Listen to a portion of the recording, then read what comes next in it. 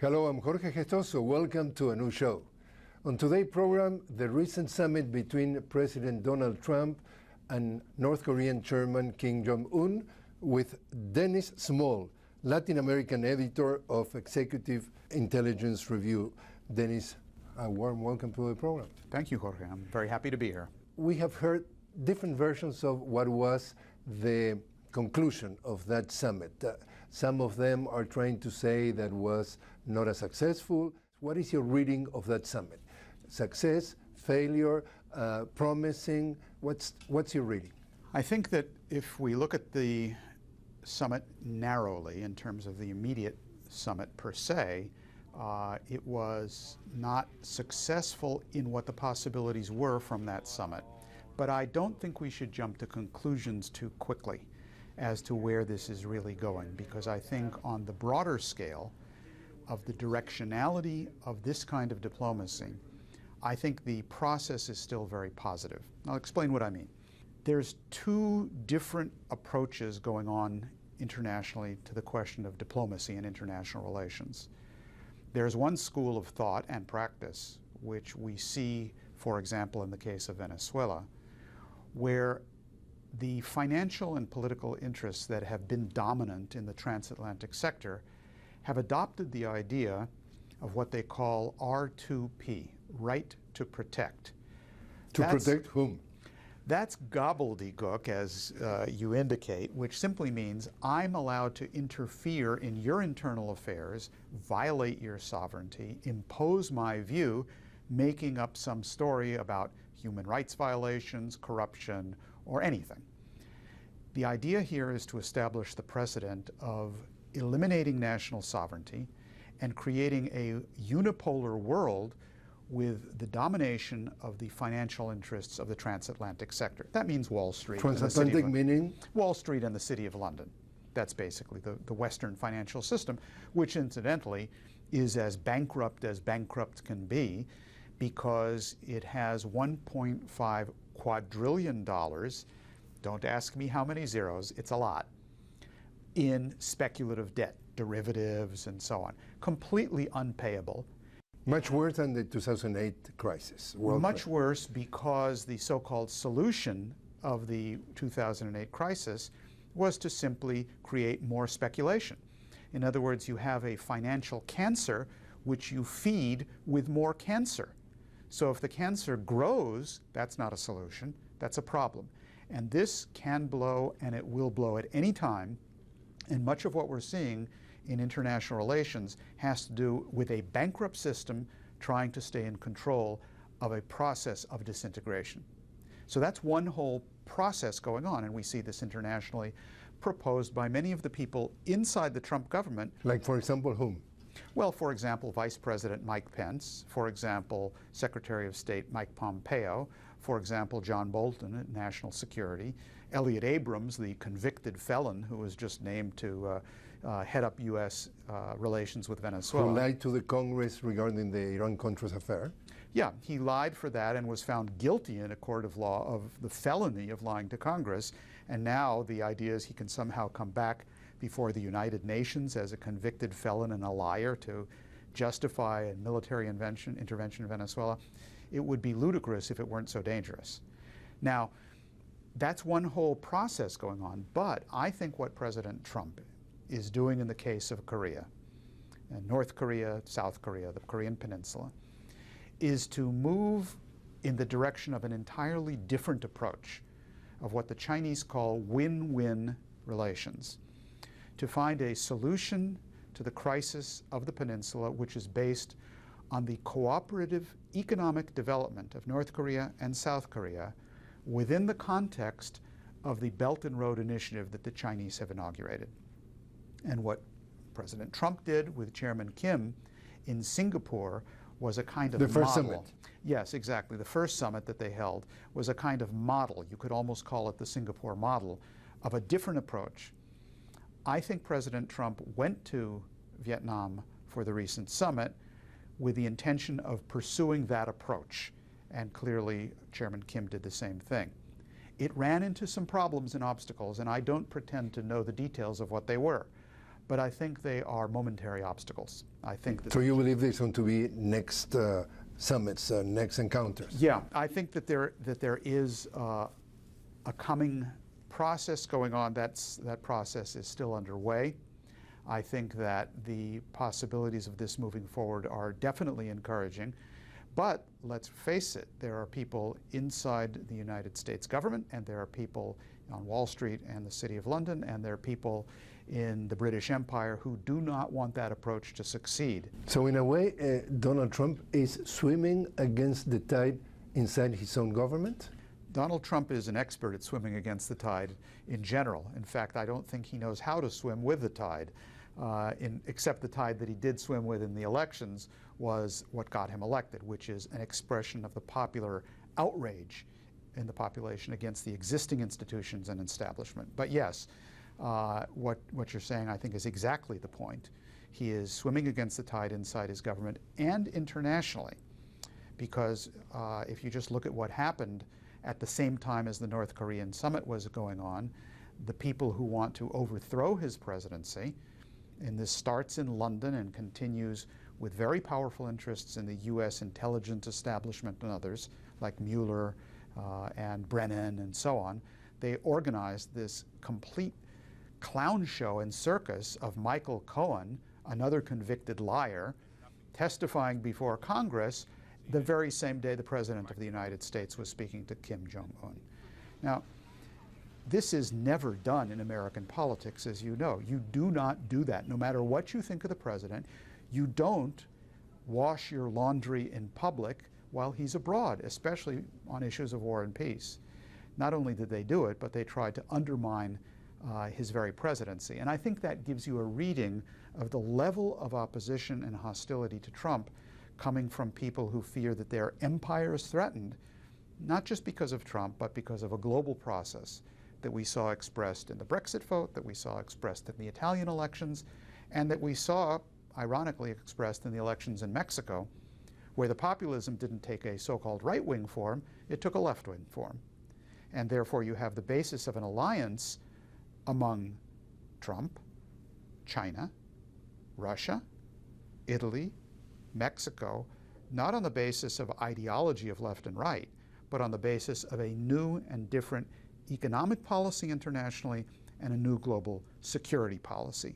That, I think, is the big picture around North Korea. When we hear what the mass media here is talking about the summit, the recent summit in Hanoi, they are saying President Trump went to discuss the denuclearization. He has trouble with the word nuclearization. So do I.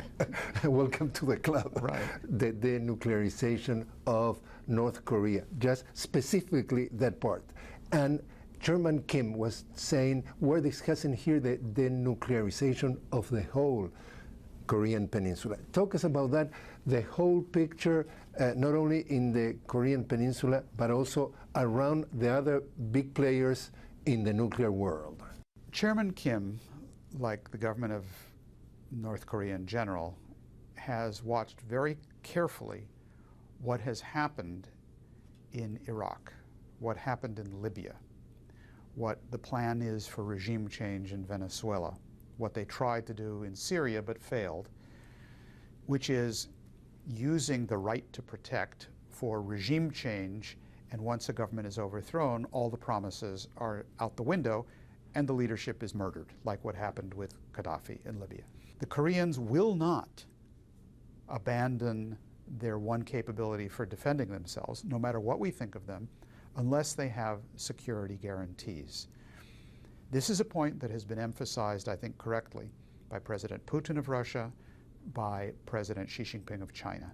And therefore, the role here of China and Russia with the United States in guaranteeing the conditions under which North Korea can denuclearize safely, which means a denuclearization of the region, and have some of the economic sanctions lifted on a step-by-step basis, a kind of quid pro quo.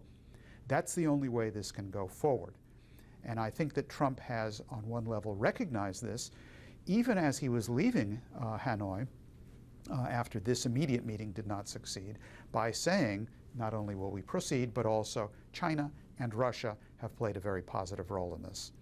So the broader picture here is we're dealing with a world where nuclear weapons and the development of new technologies in nuclear weapons, such as those announced by Putin recently, have reached such a point that nuclear war is unthinkable unless we care to make the human species extinct.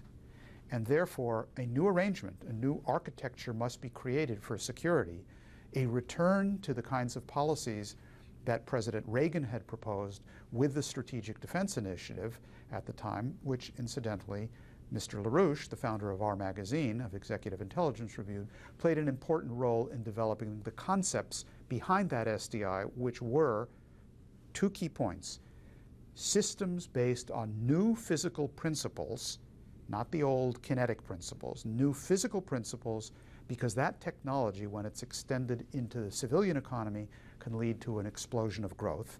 And the second, working with, not against, in cooperation with, not conflict with, Russia and China, Russia and then the Soviet Union.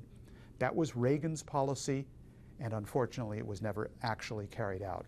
We have to return to something like that, and I think that is a possibility with what's happening in Korea. Regarding Venezuela, we heard in the Security Council of the United Nations recently the Foreign Minister of Venezuela, Jorge Gestoso, saying why President Trump should not sit with President Maduro of Venezuela and solve the whole thing. And also he was sort of joking, he said, because President Maduro is the head of Venezuela government and President Trump is the head of Venezuela opposition, so they can solve everything, just as two of them. But the basically thing here is President Trump is sitting with Chairman Kim because there's that sort of fear that there's the nuclear power.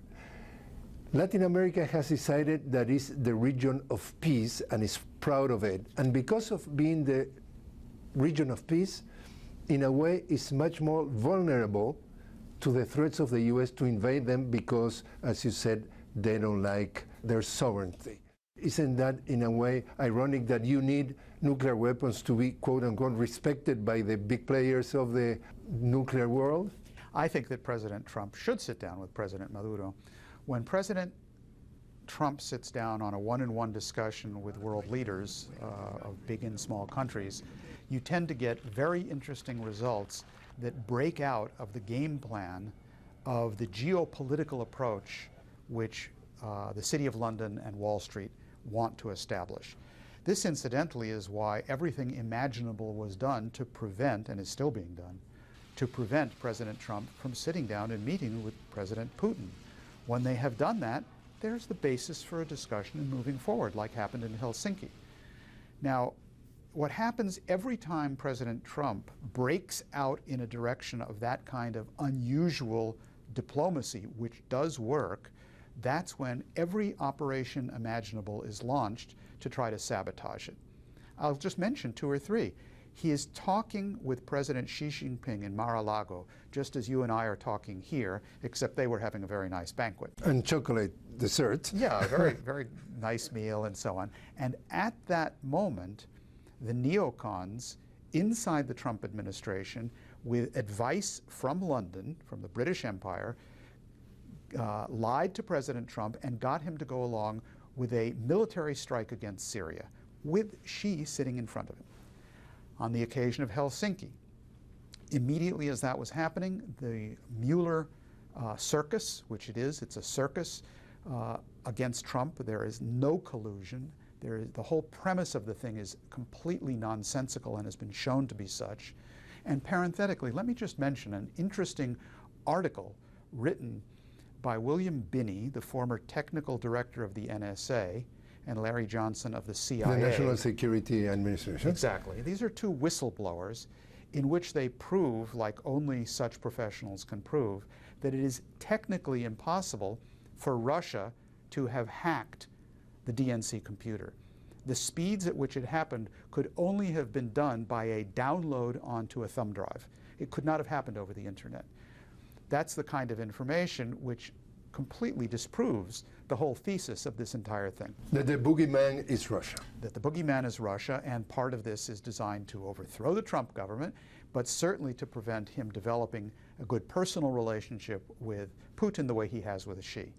Now, I think that, and if you just look at when these things happened, it's not accidental that also right at the time of this meeting, the planned meeting with Kim in Hanoi, was exactly the moment a week before that the whole Venezuelan situation was kicked up into a huge storm, making up stories, inventing things about how they couldn't get humanitarian aid in.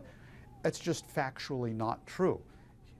Human rights aid and humanitarian aid is getting into Venezuela if it's done through the proper channels of the United Nations.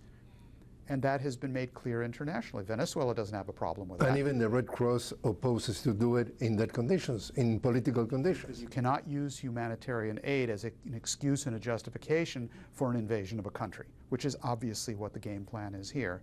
So I do think that the reason the Venezuelan thing was blown up when it was to try to sabotage North Korea.